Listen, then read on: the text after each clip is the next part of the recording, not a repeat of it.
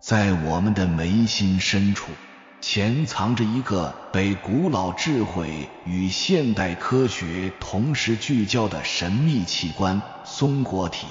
它形如一颗微小的松果，静默地悬于大脑的几何中心，却被无数文明尊为灵魂的宝座，是连接我们物质身体与更高维度意识的桥梁，是我们与生俱来却常常被遗忘的宇宙天线，也就是我们常说的第三只眼。今天我们就来聊聊如何激活松果体，让我们普通人也能拥有预知未来的超能力。有很多人会有疑问，既然松果体这么强大，那为什么我的松果体啥都不是呢？其实大多数人的松果体都已经钙化了。你可能会听说过，有些小孩可以看到不干净的东西，但是当他长大以后就什么也看不到了。其实这就是松果体钙化的结果。那松果体为什么会钙化呢？在1997年，英国的科学家詹妮弗·卢克就发表了一份研究论文，论文的内容是氟化物对松果体生理的影响。卢克发现我们人体摄入的氟化物大部分都被松果体吸收了，松果体像磁铁一样吸引着氟化物，而这些氟化物正是导致松果体钙化的罪魁祸首。那氟化物它是通过什么东西进入到我们体内的呢？有牙膏、饮料、食物、洗发水、沐浴露等等，甚至包括饮用水。美国90%的饮用水都添加了氟化钠。好处呢？官方宣传是可以有效地防止蛀牙，但是在2014年，一项针对日本22000名学生的研究，饮用水增加 1ppm 的氟化物，却导致了蛀虫率增加7%。那氟化物的坏处是什么呢？最直接的后果就是让我们的松果体钙化，而危害还并不止这一个，它可以影响儿童的智力，抑制大脑的发育。如果是长期且大量服用的话，还会出现氟中毒的现象。1克氟化物就可以杀死一个婴儿。请不要怀疑，我们牙膏中的氟和老鼠药还有蟑螂药里面的氟是同一配方，等等等等。那为什么他们还要这么做呢？在1966年，澳大利亚的反氟志愿者走向街头，向政府抗议。他们的理由是，政府通过给水添加氟化物，让松果体钙化，从而来控制人们的思想。据传言，在2战期间，纳粹为了安抚犹太人，在集中营里就把氟化物注入了水中。可见统治阶层是不希望普通人有灵性觉醒的，因为这样才会让普通人更容易控制，更容易服从，也更利于他们的统治。但这属于一个阴谋论了，是与否只能靠我们自己来判断了。如果你在考虑激活松果体之前，就需要先在日常生活中排除掉所有含有氟化物的东西，比如添加了氟化物的自来水、含氟的牙膏、无机的水果和蔬菜、苏打水、含氟的小零食、含氟的饮料等等。我知道这很困难，但这是防止松果体继续钙化非常重要的一步。其实也有解决的办法，比如水烧开了就可以去氟，坚持吃有机的水果和蔬菜，尽量不吃零食等等。等你坚持了一段时间以后，就会发现要做到这些也不是特别的难。等做完第一步之后呢，我们再开始为松果体脱钙。非洲的罗望子果就是我们常见的酸豆，它在排除我们体内的氟化物非常有效。有研究发现，服用罗望子果的儿童在尿液中排出的氟化物明显更多。还有苹果酥，它是天然的解毒剂，其中的苹果酸也有助于松果体脱钙。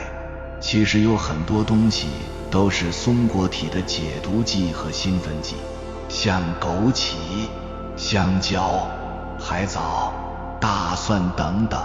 等坚持脱钙一段时间以后，我们就可以开始练习激活松果体了。激活松果体有很多种方法，其中最古老也是最有效的方法就是通过深度的冥想。说到冥想，很多人会想起大师大坐的场景，不管是和尚还是老道，一坐就是一天，一动也不动。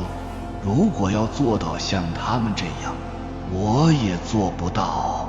其实冥想不是想象中的那么困难，我们在做的时候选择坐着或者平躺都可以，就是找一个你认为是很舒服的状态就 OK 了。闭上眼，然后将你身上所有的能量都集中在第三只眼脉轮的这个地方，努力地去想象你能在这个地方看到什么东西。刚开始练习的时候不要太长时间，一次只要几分钟就可以了，以后可以慢慢地增加时间。冥想的要点就是需要大量的练习和集中注意力，虽然有一些麻烦，但它确实是激活松果体最佳的方法。在做的时候可以找一些冥想的音乐，帮助你集中注意力。现在网上也有很多的引导冥想的视频，你可以按照老师的引导慢慢地跟着练，相信很快就会见效的。练习冥想的时间原则上是什么时候都可以，但是根据大多数已经成功的经验来看，在早上刚醒的时候为最佳，这时候的大脑还处于半睡半醒的状态，是练习冥想的最佳时机。所以与其起床了，还不如接着躺一会儿练习一下。松果体的能力也会随着你的练习越来越强大的，同时你获得高频的能力也会逐渐增强的。如果通过冥想练习的效果不是太好的情况下，我们也可以找一些辅助的方法来刺激松果体。第一种就是凝视太阳，这个要在日出或者日落前后10分钟左右开始，就是在太阳红红的不刺眼的时候。这个方法听起来好像是伪科学，但是确实有科学家证实过，阳光可以刺激松果体的，让松果体释放一些激素。还有一种方法也是看太阳，但要找一块紫水晶放在额前的这个位置，闭着眼睛面向太阳就可以了，让阳光温暖水晶吸收能量，我们再借助水晶的能量来激活松果体。我们之前讲过，很多高维度的世界，他们都会把水晶作为一种能量体，而紫水晶更是拥有很多不可思议的能量。还有一种就是第三眼之吻，就是让你的爱人亲吻你的额头，这样做会让你有一种安全和幸福的感觉。额头上的吻代表第三只眼的吻，因为这里是距离灵魂最近的地方，所以当双唇触碰到这个地方的时候，我们会感受到由内而外的觉醒。其实激活松果体的方法还有很多，这个也是因人而异的。有的人即使把所有的方法都试过了，效果也不是太理想。有的灵性比较高的人，什么都没有练过，他也能接通高频的能量，这个确实没有办法，只能说顺其自然，切莫强求。那么怎么判断我们的第三只眼有没有开启？当你的第三眼轮已经开启，会出现这样一些征兆和体验。一、太阳穴的被压迫感，你会逐渐感觉到太阳穴有被压感，一开始比较轻微，但随着三眼轮的发展，逐渐会发展成间歇式的能量加压感，这种感觉就有点像有人在轻触自己的额头，这意味着松果体在扩张。二、意识的提升，你会逐渐开始对身边发生的事情有更强的意识，你的直觉更敏锐，不知为何你会在事情发生之前发现一些警示信号，并想到防患于未然的方法。虽然你的想法不总是正确的，但它确实会照亮正确的道路。三、头疼，太阳穴压迫感会伴随着头疼出现，不需要担心，这是正常的。头痛可能预示着你的昆达里尼瑜伽里的灵量即将进入开启三眼轮的最后阶段，以及你的松果体正在发展中。在大多数人体内，昆达里尼能量都是休眠的，一旦它被激发，就会带来头痛和受压感，它会激活所有的脉轮，并带来全面觉醒的状态。四、出现新的感知，当第三眼打开后，你的生活开始拥有新的意义和价值。第三只眼的开启让你开始了觉醒的过程，你会真正开始区分真相与虚幻，你会重新认识现实状况，你会看到人们真实的样子。当第三眼轮打开，你会发现自己的信仰、思维模式、价值观、事业和热爱都在改变，这些变化是有益的，它们会让你成长和升级，你会变得更包容，更善解人意，更无私和有爱。一些以前被你看得非常重要的事情，会不再那么重要，被另外一些事情所取代。这时你会发现身边的光明面与黑暗面。五、你开始有意识的进食。现在你明白，食物不仅仅是食物，它还对你的健康幸福有非常重要的影响。你会很注意自己吃的东西，你会发现有一些食物已经无法引起你的兴趣了，开始有意识地决定吃什么，不吃什么，这让你想删除自己饮食中的垃圾食品，去享受一些自然健康的提升能量水平的食物。你的身体会接纳有营养价值的食物，而排斥没营养价值的。跟随自己的身体信号，你会对食物做出更正确的选择。六、对光和声音更敏感。三眼轮开启后，你更能意识到光线和声音的存在，你会更能分辨出光的强与弱，你会感觉看到的色彩更加鲜艳，这有时甚至会让你感到无所适从。你还更容易发现一些声音和奇怪的现象，随着冥想的增多，你会发现你对光和声音更敏感了。这种敏感会带给你关于周围世界的更多信息，你也更加认意识到这一点。你还会发现一些不同寻常的色彩和声音，看见一些其他人无法理解的东西。7.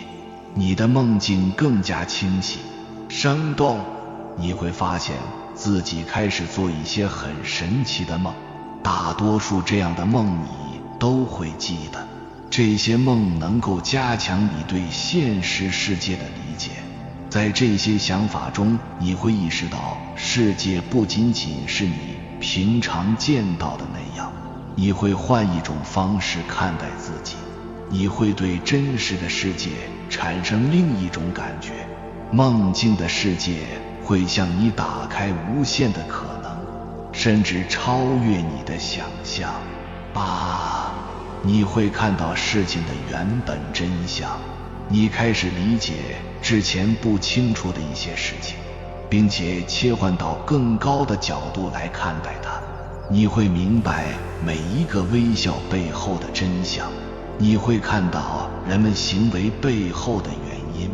你突然开始明白谁是真正爱你的人，谁不爱你，谁在伪装谁，谁毫无保留。你可以理解各种事件发生的原因，以及他们要带给你什么启迪。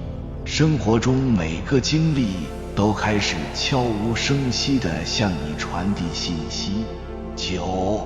你开始更深远地思考未来。三眼轮开启的重要征兆就是你开始更严肃地对待自己的未来。你想知道未来会发生什么。在你的意识觉醒程度更高之后，你会开始问一些关于周遭世界的深刻问题，开始把过去、现在、未来联系起来。你想了解自己的人生之路将会怎样展开，你会想了解你将过上什么样的生活，你会想了解更广大的世界，比如关于宇宙、星球以及你在整个世界中的角色。10. 你会开始看到事物的一致性。三眼轮的开启让你看到身体和精神之间的联系，你会发现一切的发生都有其目的。你试图找到自然中各种元素的意义，尤其是你的整个人生故事的意义。11. 你会看到很多重复数字和镜像数字。三眼轮开启后，你会达到一种意识更活跃的状态。你会发现身边总是出现重复数字、共识性数字，如1111。你明白没有什么是巧合的，这些共识性数字会告诉你重大事件将发生，它有时候甚至不可思议的奇怪却有用。这意味着你的直觉和内在本质在进化发展。这些共识性数字可能预示新的人即将进入你的生活，或者是一些重要的人生事件将在对的时间发生。三眼轮打开后，你还会注意到一些镜像数字，你会觉得这种数字几乎是随处可见，如在电话号码中，在广告牌、指示牌上等等。你还发现在哪都能看到一些相同的名字，这些数字是你的内在高我或指导灵给出的一些信息。如果你弄明白了这些数字的意义，就能够与指导灵产生连接。那么当唤醒你的第三只眼时，到底会发生什么？我们究竟能看到什么呢？这是一个让无数探索者心驰神往的问题。我们听过太多关于开天眼后能见鬼神、知前世的传说，但真正的看见远比这些充满戏剧性的描述要更加丰富，更具层次，也更加深刻。它是一场视觉与感知的革命，是一次从黑白电视升级到全息影院的飞跃。第三只眼所看到的景象通常会经历一个由内而外、由浅入深的渐进过程，它并非一蹴而就，而更像是一步步地为你揭开宇宙更深维度的帷幕。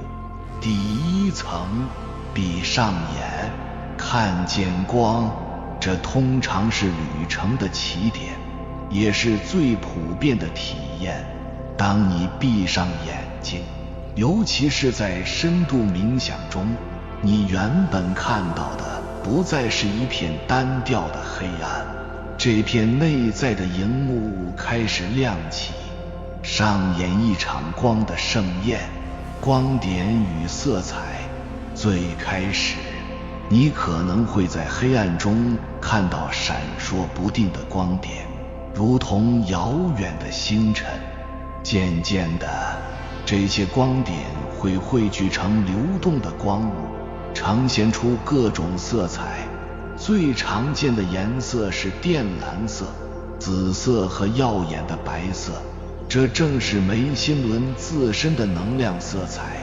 有时候你也会看到金色、蓝色或绿色的光，这都与你的能量状态和意识焦点有关。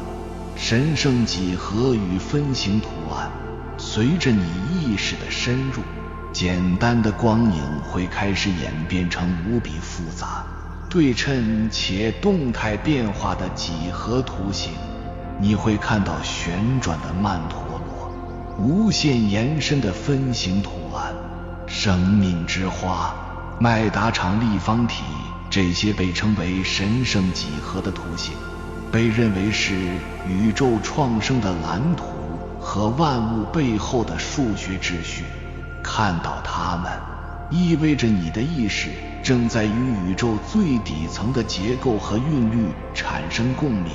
光之隧道与星际门户，许多人会体验到一种强烈的被吸入一个光之隧道或漩涡的感觉。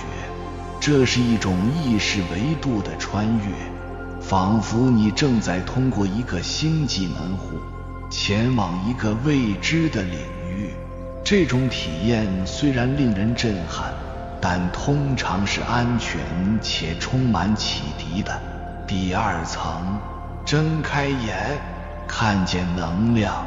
当你的内在视觉变得稳定而清晰后，这种看见的能力会开始渗透到你的日常生活中，让你用一双全新的眼睛去看待这个看似坚实的物质世界。看见气场，你开始能看到环绕在人、动物甚至植物周围的一层淡淡的辉光或彩色的能量场，这就是我们常说的气场或以太体。它就像是生命体散发出的情绪和生命力的光晕。通过观察气场的颜色、亮度和完整度，你可能会直观地感受到一个人的健康状况、情绪状态，甚至是他的真实意图。看见流动的能量，你眼中的空气不再是空无一物的，你可能会看到空气中充满了无数微小的、闪烁的光点或流动的能量线条，如同阳光下的尘埃，但它们是活的、有意识的。你开始亲眼证实，我们生活在一个由能量构成的活生生的海洋之中，看见万物背后的生命之光。当你凝视一朵花、一棵树或一个人的眼睛时，你不再只看到它的物理形态，你能穿透表象，看到它内在闪耀的那份独一无二的生命之光，那份神圣的意识火花。这时，一种深刻的敬畏与合一感会油然而生。第三层，超越时空的洞见。第三只眼的看见，很多时候并非通过肉眼或眉心轮直接成像，而是在你的心智荧幕上，以一种超感官的方式被感知。这更像是在你的脑海中直接播放一部清晰的内在电影，清晰的预知与回溯。你会开始接收到关于未来的清晰的画面或场景片段，这不同于模糊的直觉，它更像是对某个可能性未来的惊鸿一瞥。同样，你也可能会看到关于过去事件的被遗忘的细节或隐藏的真相，从而对自己的生命故事有了全新的理解。